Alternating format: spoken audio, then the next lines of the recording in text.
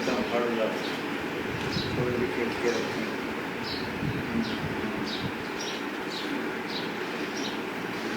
यही था चलो कोई के तो